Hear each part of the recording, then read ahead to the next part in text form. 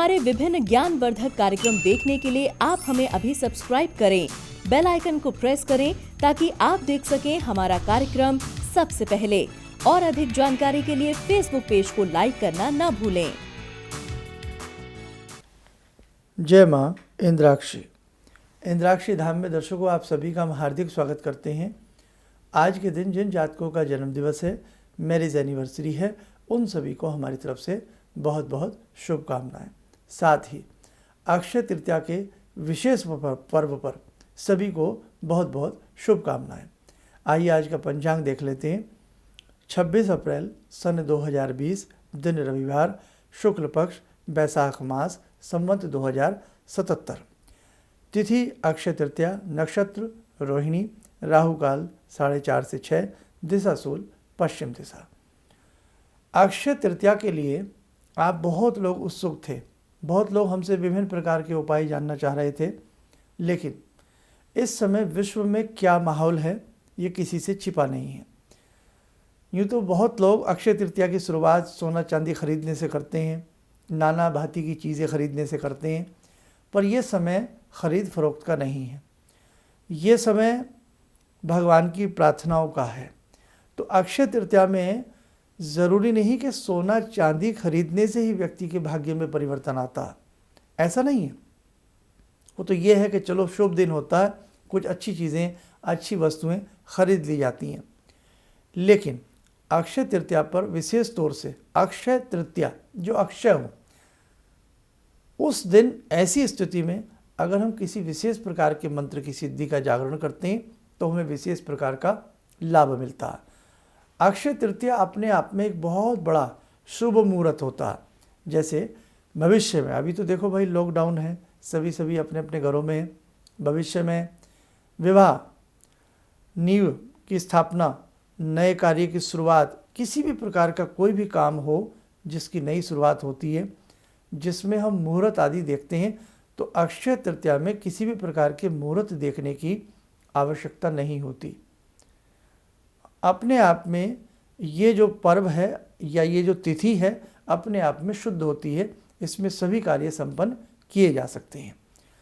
इस तिथि से बहुत बड़े बड़े रहस्य भी जुड़े हुए हैं। जैसे हयग्रीव जी का अवतरण आज के दिन का ही माना जाता है। परशुराम जी का अवतरण भी अक्षय तृतीया का माना जाता है। और बद्रीनाथ के जो कपाट खुलते हैं वो भी अक्षय तृतीया के दिन खुलते हैं। भाई इस समय तो खैर लॉकडाउन है, मैं कह नहीं पाऊँगा कि खुलेंगे नहीं खुलेंगे, लेकिन बद्रीनाथ जी के कपाट भी इस समय ही अक्षय तृतीया के दिन ही खोले जाते हैं। और इसी के साथ साथ एक बहुत बड़ी विशेष बात वृंदावन से जुड़ी है। जैसे आप सब लोग वृंदावन जाते हैं तो बांके बिहारी के दर्शन सभी को मिलते हैं, लेकिन साल में केवल ये एक दिन ऐसा होता है कि जिस दिन बांके बिहारी के चरणों के दर्शन कराए जाते हैं। बाकी पूरे साल भगवान श्री कृष्ण के चरणों को ढक कर के रखा जाता है। केवल आज के दिन अक्षय तृतीया के दिन भगवान बांके बिहारी के चरण कमलों के दर्शन कराए जाते हैं। बहुत सारी चीज़ें, बहुत सारी बातें अक्षय तृतीया से जुड़ी हुई हैं। लेकिन दर्शकों, ऐसे माहौल में आज हम सब अपने अपने घर में हैं, तो इसलिए हम आपको अक्षय तृतीया के एडवांस में कुछ भी नहीं बता पाए, क्योंकि कार्यभार सबके ऊपर बहुत है। विशेष प्रकार से हमें आज क्या करना होगा, क्या करना चाहिए, आइए हम कम टू द पॉइंट पर आ जाते हैं। दक्षिणावर्ती शंख का संबंध भगवती लक्ष्मी से है, शुभता से है, धन से है। तो आज यदि आपके घर में दक्षिणावर्ती शंख है तो दक्षिणावर्ती शंख को शाम के समय एक स्थान पर जहाँ पूजा पाठ की जाती है उसमें जल भर के रख दें और दक्षिणावर्ती शंख का पूजन करें, कुमकुम आदि का तिलक लगाएं, पुष्प चढ़ाएं, हो तो चढ़ा दें, बाकी नहीं, घर से बाहर निकलने का प्रयास न करें। घर में जो चीज़ है उसी को प्रयुक्त मिलाएं। उसके बाद धूप दीप दे करके शंख में मानो लक्ष्मी का वास है ऐसा आभास करके पूजन करें। लक्ष्मी जी के किसी भी विशेष बीज मंत्र का आप जप कर सकते हैं, जैसे ह्रीं श्रीं ह्रीं महालक्ष्मी नमः या श्रीं महालक्ष्मी नमः या केवल ओम श्रीं श्री नमः। सबसे सुंदर और अच्छा मंत्र है अच्छे तो सभी हैं लेकिन लघु मंत्र है। ओम श्रीम श्रई नमः, इस मंत्र का आप जाप करें। और यदि संभव हो माँ लक्ष्मी के 108 नाम, 1008 नाम, सहस्त्रावली, कनकधारा स्तोत्र, श्री सुक्तम, कुछ भी आज के दिन संध्या के समय माँ लक्ष्मी की प्रार्थना जरूर करनी चाहिए।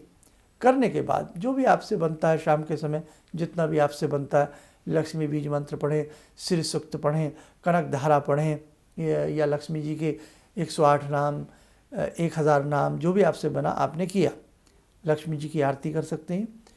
धूप दीप दे करके उठ जाएं और जो शंख में जल है उसे कम से कम 1 घंटा वहीं रखा रहने दें। उसके बाद आप आराम से अपना जो भी कार्य आपको करना है वो आप काम करिएगा, या उसी वक्त उसी समय शंख को उठा लें और उसके जल की छींटे लक्ष्मी नमः बोलते हुए पूरे घर में दीजिएगा। लक्ष्मी का आगमन होता है, घर में शुद्धता का वातावरण आता है। या एक काम और कर सकती हैं, पूरी रात उस शंख के जल को ऐसे ही रखा रहने दीजिए, अगर व्यवस्था अच्छी है तो। कई बार किसी घर में चूहे होते हैं, अब पता लगा सारा जल आपका बिखर गया तो आपका मन दुखेगा ना, इस वजह से हमने बात बीच में रोकी थी। अगर ऐसा कुछ नहीं है तो पूरी रात उस जल को ऐसे ही रहने दें और अगले दिन स्नान आदि करके, यानी कि 27 तारीख की सुबह को स्नान आदि करके कल सुबह फिर आप उस शंख के जल के सारे घर में छींटे मारें। बहुत ही अच्छा ये प्रयोग मैंने आपको बताया है। एक चीज़ और बता देता हूँ, एक थाली में कोई भी थाली ले लें, प्लेट ले लें, बस जिस घर में बाय द वे मीट ऐसी चीज़ें खाई जाती हैं, नॉन वेज खाया जाता है, मीट वगैरह का भक्षण किया जाता है, तो वो बर्तन शुद्ध होना चाहिए जिसमें कभी खाया ना हो। ऐसी कोई प्लेट, थाली, तस्तरी लेकर के उसके बीच में स्वास्तिक बना दें। स्वास्तिक के ठीक नीचे की तरफ श्रीम श्री लिख दें, एक तरफ शुभ लिख दें, एक तरफ स्वास्तिक के लाभ लिख दें। हर जगह चावल की मुट्ठी रखें, स्वास्तिक के ऊपर भी, श्रीम के ऊपर भी, शुभ के ऊपर भी, लाभ के ऊपर भी थोड़ा थोड़ा रख दें, थोड़ा थोड़ा चावल रख दें। और यदि गुलाब का फूल मिल जाए या कोई भी खुशबूदार अच्छा फूल मिल जाए, एक एक फूल रख दें। धूप दीप अर्पण करके नमस्कार करें। ओम श्रीम श्रई नमः, ओम श्रीम श्रई नमः, इस मंत्र की 5 माला जपें। आया समझ में आपको? चांदी का सिक्का हो जिस पे लक्ष्मी जी बैठी हुई हो, अक्सर बैठी हुई लक्ष्मी का पूजन करना चाहिए।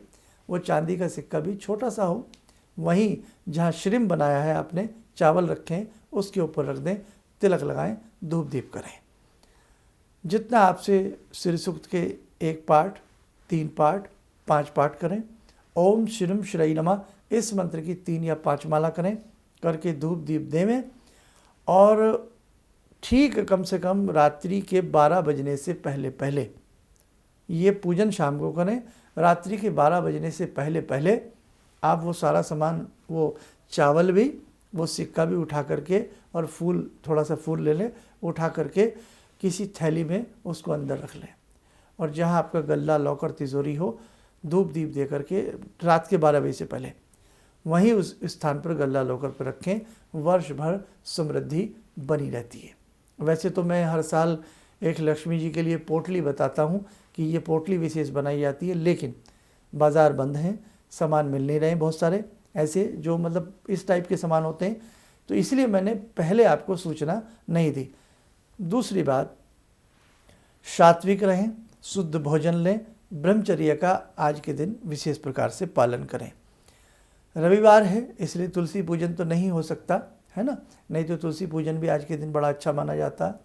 जल्दी उठने का प्रयास करें और पूरे दिन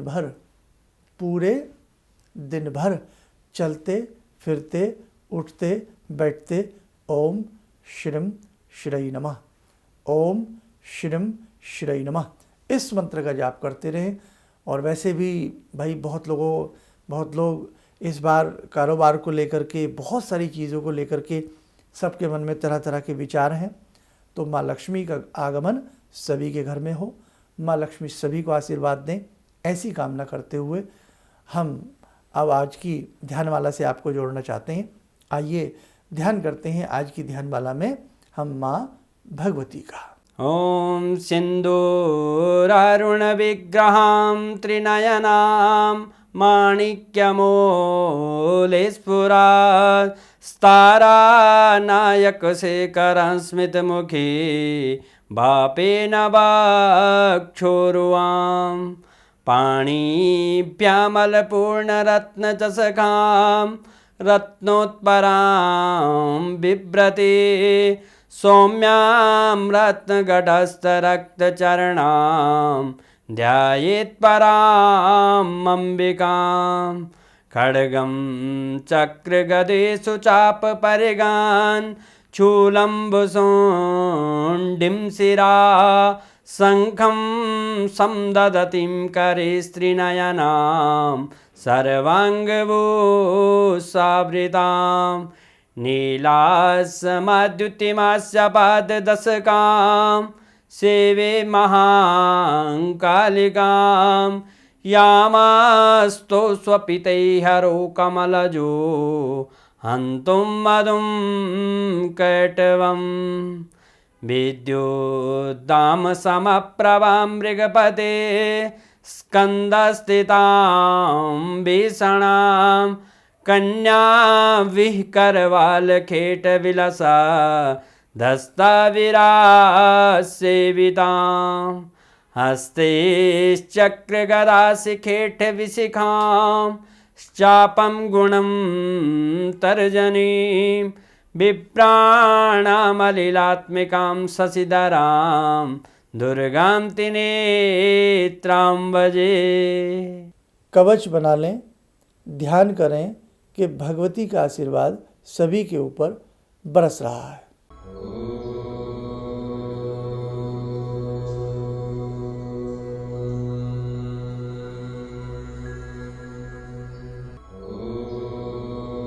ओम बोलते हुए नेत्र खोलें, सामान्य हो जाए।